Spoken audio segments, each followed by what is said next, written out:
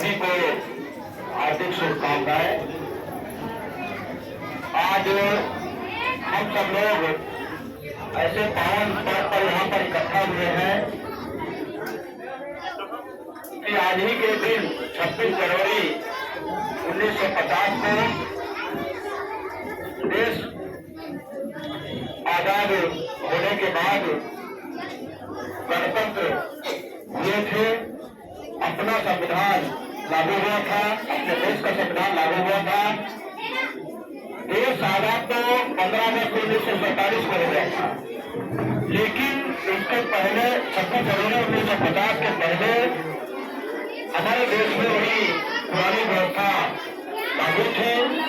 लेकिन धन है भारत रत्न और विश्व बाबा साहब डॉक्टर भीमराव अम्बेडकर, जिन्होंने पूरी दुनिया के तमाम संविधानों का अध्ययन करके और उससे निचोड़ निकाल करके सबसे बेहतर, सबसे बड़ा और सबसे अच्छा संविधान भारत को 26 जनवरी 1950 को तत्कालीन राष्ट्रपति डॉक्टर राजेंद्र प्रसाद और तत्कालीन प्रधानमंत्री पंडित जवाहरलाल नेहरू जी को सौंपा था 26 जनवरी 1950 को।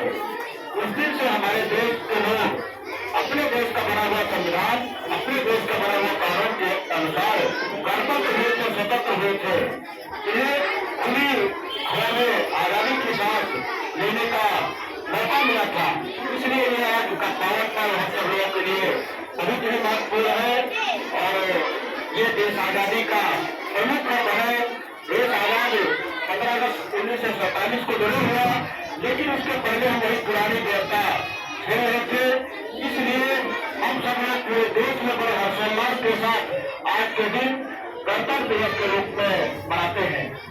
साथियों, हमारे देश में विभिन्न धर्मों, विभिन्न जातियों, विभिन्न वर्गों के लोग रहते हैं और उनमें सब में समरसता कायम करने का काम हमारा भारत का संविधान करता है। अभी हमारे मनोज जी छोटे भाई हैं, उन्होंने अपनी बात रखी, उनके जज्बात है, रखना भी चाहिए। लेकिन हमारे घर में, हमारे देश में तमाम धर्म है, सभी को भारत के संविधान में अपने अपने धर्मों को मानने की स्वतंत्रता है, अपने अपने हिसाब से उनको मानने की, मनाने की, अपने तीज त्योहार मनाने की, ये सभी को स्वतंत्रता है। जरूरी नहीं है कि भाई जो चीज हम मानते हैं अगले धर्म वाले भी मानते हो। और जो भारत का संविधान स्वतंत्रता वहां पर देता है जहां पर अगले की स्वतंत्रता बाधित न हो। हमारी स्वतंत्रता वहीं तक सीमित है जहां पर दूसरे की स्वतंत्रता बाधित न हो। इसलिए हम तो सभी धर्मों को हम सम्मान करते हैं, सभी धर्मों का सम्मान करते हैं और हम सब लोग आज के दिन एक शपथ भी लेते हैं कि इस जो भारत का संविधान 2 वर्ष 11 माह 18 दिन रात के लगातार मेहनत करके बाबा साहब डॉक्टर भीमराव अम्बेडकर ने बनाया था, इसमें तमाम जो विसंगतियां थी इस देश में, उसको भी मिटाने का काम भारत के संविधान के जरिए हुआ था। हमारा देश जब आजाद हुआ उसके पहले हमारे देश में केवल, जिसको अभी मनोज जी जानते हैं, जिसको हिंदू कहते हैं, उन्हीं को केवल 6743 जातियों में टुकड़ों में बांटा गया था और ऊंच सीढ़ी नुमा, ऊंच नीच की खाई बनाई गई थी कि फला नाम नहीं लेंगे, फला जात फला से ऊंचे, फला जात फला से ऊंचे, फला जात फला से ऊंचे, ऊंच नीच की खाई पैदा की गई थी।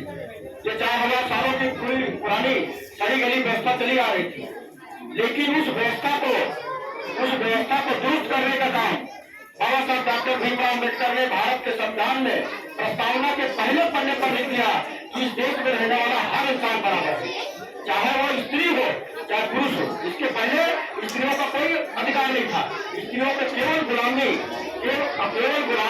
करने का अधिकार था, इसके अलावा महिलाओं को कोई अधिकार नहीं था। लेकिन धन है बाबा साहब डॉक्टर भीमराव अम्बेडकर, महिलाओं को, लड़कियों को किसी को कोई अधिकार नहीं था, शूद्रों को कोई अधिकार नहीं था, जो कुछ 1743 को बताया गया था। लेकिन धन है बाबा साहब डॉक्टर भीमराव अम्बेडकर, जिसकी बदौलत आज हम वोट पहन करके यहाँ पर खड़े होकर बात कर रहे हैं। इसके पहले अगर हम बात कर रहे थे तो हमारी जबान का काट दी जाती, आवाज निकल जाती तो गला काट दिया जाता। ऐसी व्यवस्था इस देश में नहीं है, लेकिन हम उसको शायद या तो इग्नोर करते हैं या तो जानते नहीं है। वो 4000 साल पहले बना हुआ मनुस्मृति नाम का संविधान था, लेकिन अब कुछ लोग मनुष्य जी की बड़ी पूजा करते हैं, वो चाहते हैं कि वही स्थिति फिर से लागू हो जाए। और आज सांप्रदायिकता इतनी बढ़ती जा रही है कि अपना भाई से डरने लगा है। इतनी नफरत पैदा की गई है। इस नफरत को दूर करने का ये भी रास्ता है, वो है शिक्षा।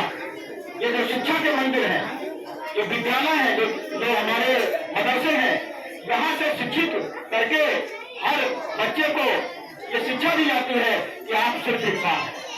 इंसानियत का पास बात पढ़ाया जाता है, और जब तक इंसानियत बहाल नहीं होगी तब तक हमारा देश खुशहाल नहीं होगा। क्योंकि 4000 साल पहले जब इंसान को इंसान समझा जाता था, उस समय भारत देश सोने की चिड़िया कहा जाता था। जब ये भारत देश हमारा 4000 साल पहले हमारे महापुरुषों का, हमारे पूर्वजों का इस देश बना हुआ करता था, उस समय ये देश सोने की चिड़िया कहा जाता था। और लोग कहते थे कि दो दही की नदियां बहती थी।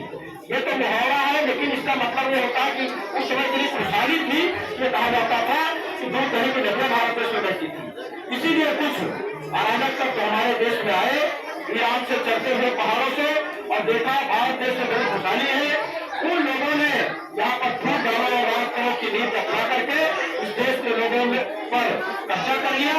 एक एक करके काम, दान, दंड, भेद, छल, कपट, ये 6 नीतियां थी उनकी, जिनके जरिए इस देश पर कब्जा कर लिया। और जब उनका कब्जा होगा तो मनुस्मृति नाम का संविधान लागू करके इस देश के लोगों को टुकड़ों टुकड़ों में बांटा गया। आज भारत के संविधान की बदौलत काफी कुछ समानता आई है, काफी कुछ लोग शिक्षित हुए हैं, लेकिन आज बहुत कुछ बाकी है। बहुत आज इंसानियत संसार हो रही है। छोटी छोटी बच्चियों के साथ बलात्कार और मानसिकताएं विकृत होती जा रही है। उसमें जात धर्म का कोई बचा नहीं, जिससे मतलब जो ये हरकतें नहीं कर रहे हैं, लेकिन इसके लिए भी एक शिक्षा ही ऐसा केंद्र है जिसके माध्यम से उनकी विकृतियों को दूर किया जा सकता है। तो साथियों, आज इस भारत देश को फिर से खुशहाल बनाने के लिए, इस देश भारत देश को फिर से सोने की चिड़िया बनाने के लिए हमको सबसे पहले हर इंसान को इंसान समझना होगा। आज देश आजादी के बाद हम लोग 74वां गणतंत्र दिवस मना रहे हैं। पिछले वर्ष हम लोगों ने 75वां स्वतंत्रता दिवस भी मनाया है, जिसको पूरे देश में प्रधानमंत्री जी के माध्यम से अमृत महोत्सव के रूप में मनाया जा रहा है। लेकिन आज भी क्या इंसानों को अपनी शादी में घोड़ी पर बैठ करके अपने बारात में जाने का आग्रह बढ़ लेते हैं तो उनकी गर्दन उड़ा दी जाती है। ये हमारा भारत है, ऐसा भारत हम चाहते थे। और हमको तो शर्म आनी चाहिए, संसार होना चाहिए। जो लोग ऐसे लोग हरकत करते हैं कि हमारे तमाम महापुरुषों ने, पूर्वजों ने, तमाम हमारे नौजवानों ने हफ्ते हफ्ते फांसी के फंदे पे चढ़ करके देश को आजादी दिलाई थी, और उनका एक सपना था कि भारत देश आजाद होगा। अरे हमारी जान चली जाएगी, लेकिन भारत देश आजाद होगा और सभी लोगों को बराबरी का हक और अधिकार मिलेगा, सभी को इंसान समझा जाएगा। लोग मुझ बड़ी रखा लेते हैं हमारे भाई, तो उनकी गर्दन काट दी जाती है। अच्छे कपड़े पहन लेते हैं तो उनकी गर्दन काट दी जाती है। ये कौन सा हिंदुस्तान है, कौन सा भारत है? इसलिए हम सब लोगों को गंभीरता से विचार करना चाहिए और हर इंसान को इंसान समझना चाहिए। जब तक इंसानियत बहाल नहीं होगी तब तक भारत देश सोने की चिड़िया बनने वाला नहीं है। कुछ भारत देश के अगर कुछ पूंजीपति केवल खुशहाल हो जाए तो क्या भारत देश खुशहाल कहा जाएगा? हम अगर कोई पैर पहन करके घूम रहे हैं और हमारा ही भाई मजदूरी कर रहा है, लाचारी की जिंदगी जी रहा है, गुलामी की जिंदगी जी रहा है, तो हम खुशहाल कह जाएंगे। इसलिए ऐसे इस मौके पर हम सब लोग को इस गणतंत्र दिवस के पावन अवसर पर ये संकल्प लेना चाहिए। संकल्प दिवस के रूप में भी हम इसको मनाते हैं। संकल्प लेना चाहिए कि हम हर क्षेत्र में विकास करेंगे, हर क्षेत्र में आगे बढ़ेंगे, हमारे बच्चे उन्नति करेंगे, हमारे बच्चे हमारे माँ बाप का, अपने विद्यालय का, अपने गांव का, अपने जिले का, अपने देश और प्रदेश का नाम रोशन करेंगे, तब भारत खुशहाल होगा। इसलिए ये संकल्प लेना चाहिए कि हम आप संकल्प लेकर के जाते हैं कि हम हर इंसान को इंसान समझेंगे और बच्चों को शिक्षित करके आगे बढ़ा करके इस देश का नाम रोशन करेंगे, देश में समतामूलक समाज की स्थापना करेंगे, ताकि हमारा भारत देश फिर से सोने की चिड़िया पैदा, फिर से लोग कहें कि भारत देश में दूध दही की नदियां बहती हैं। बहुत बहुत धन्यवाद। जय हिंद, जय भारत।